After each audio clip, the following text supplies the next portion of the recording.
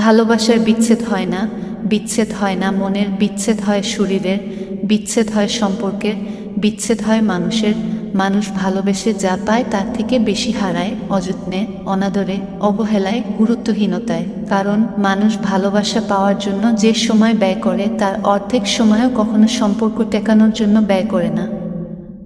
যদি করত তবে বর্তমানে সম্পর্ক ভাঙার প্রতিযোগিতা চলতো না। আজকাল সম্পর্ক গড়া যতটা সহজ হয়ে গেছে, ভাঙাটাও ততটাই সহজ হয়ে গেছে।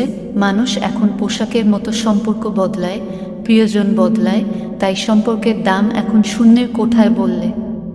বর্তমান প্রজন্ম সম্পর্কের শুরুতে কোনোরকমভাবে টুকটাক অ্যাডজাস্টমেন্ট করলেও কেউই খুব একটা স্যাক্রিফাইস করতে চায় না, কেউই কাউকে এক চুল ছাড় দিতেও রাজি না।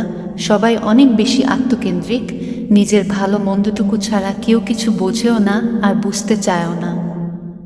সবাই নিজেকে নিয়ে ব্যস্ত ভীষণ, নিজের ভালো থাকাটাই বর্তমান প্রজন্মের ফার্স্ট প্রায়োরিটি।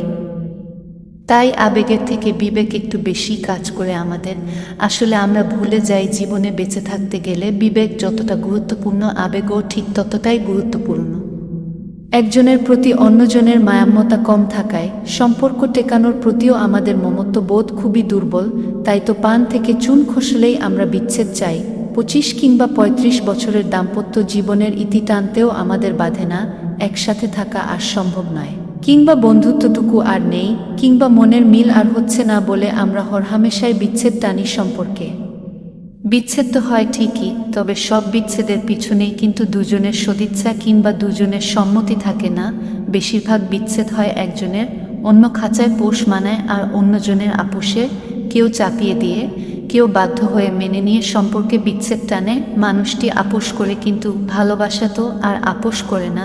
ভালোবাসা ঠিকই মনে রয়ে যায়, কারণ ভালোবাসার যে কখনো বিচ্ছেদ হয় না। এটি লিখেছেন তামান্না ইসলাম।